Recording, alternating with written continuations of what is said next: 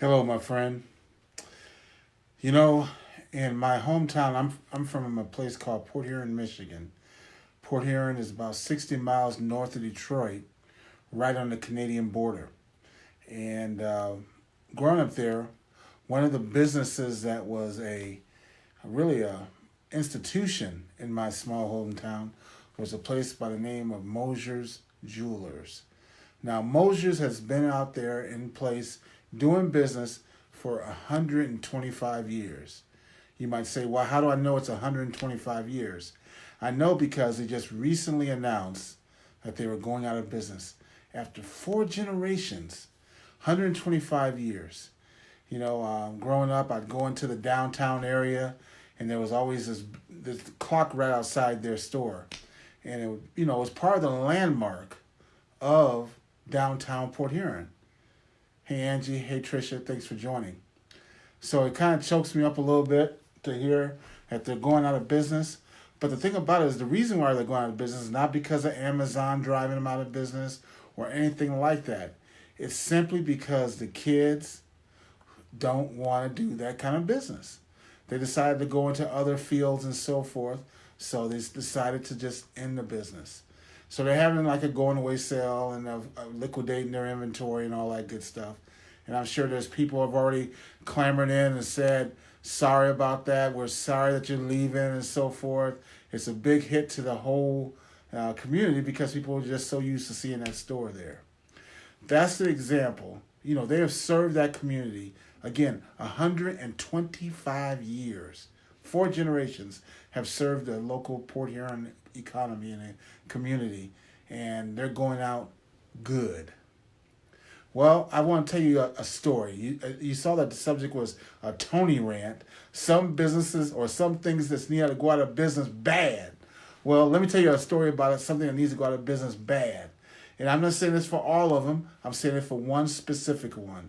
And that place is called Tim Hortons. Now, Tim Hortons operates, and it's a Canadian company, but they also operate, of course, in the U.S., and there's locations all across Canada and the U.S. And I'm not speaking about all of the Tim Hortons, but I am speaking about one. If you are in Columbus, Ohio, and you go to the one on Bryce Road near I-70, beware. Today, went to that one, and one thing I kind of noticed for the last several weeks is that the one at Bryce and the one I was just talking about, Bryce and 70, there never seems to be a line, even during what would be considered peak times. And that kind of, struck me as weird, but I'd go there and get things and so forth when I had a taste for something there and go about my business. Well, today, I think I found out why there's no line.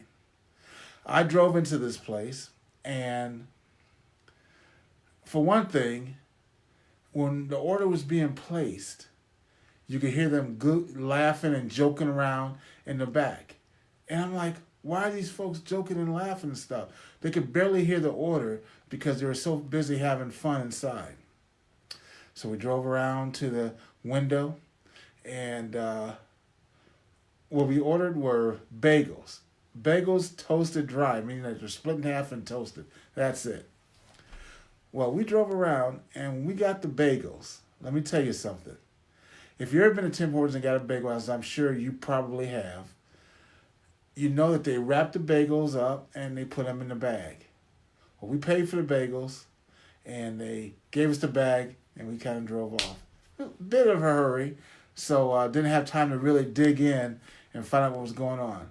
Well, I opened the bag, and they had literally put the bagels in the bag, not wrapped, just threw them in the bag.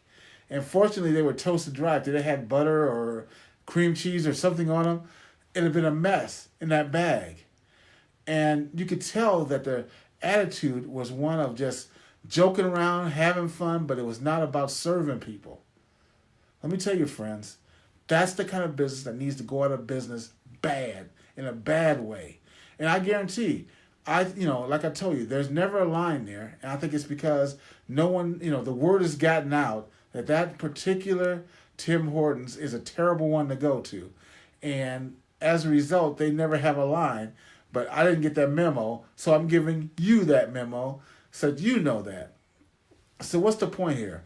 There was a restaurant called Teriyaki Surprise or Teriyaki. Yeah, I think it was called Teriyaki Surprise here in Columbus area in Pickerington, and they had the same kind of thing going on.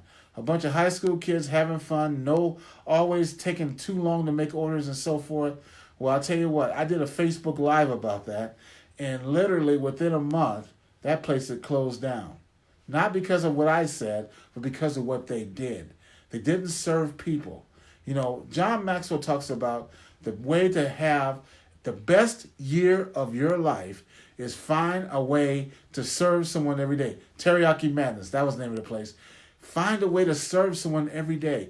Well, if you're not willing to serve someone every day, then not only should you not have the best year of your life, but if you're in a service business, which we all are in some respect, maybe you need to be out of business.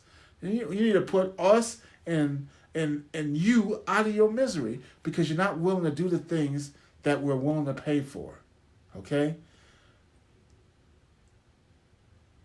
What's the action step here? What should you do with what I just told you? Well, there's a couple of things I want to encourage you to do. If you're in my hometown of Port Huron, Michigan, go to Mosier's Jewelers.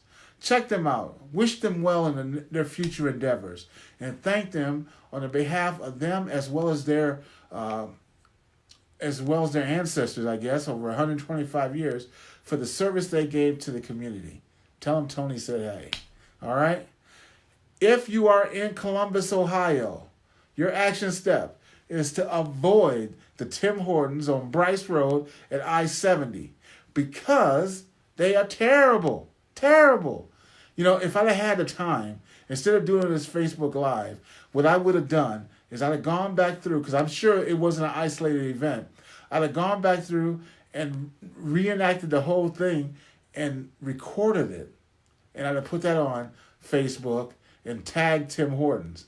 And I think some action would have been taken. I just didn't have time to go back there.